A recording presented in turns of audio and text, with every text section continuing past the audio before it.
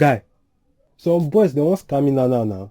As I dey come here, I swear, for this area, how it happen? I did that mama chidera mama shop side. They just move, come, park that Benz on my front. For my mind, I say, who be this one? They just wind down. They call my name. That one shocked me first. They just say, man, calm down, man, no fear. Me, they fear. They just say they won't help me. Say they won't change my life. I say, okay. Now they give me one paper. Say, man, just sign the paper. Say, although, before I sign now, terms and condition deal. I say, all this one, me, man, don't get money for account, now they won't scam. I sign the thing sharp. They say, like this, I just sign and so. Say, now 30 years, I get to leave. They whine me. You know, tell just waka pass. See the paper me they give me self. Guy, it go sign. Na Illuminati be this o. Na wetin they call am? Wetin happen?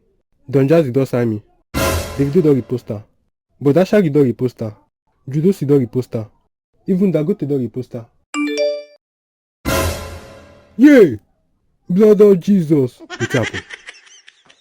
My guy, you don blow.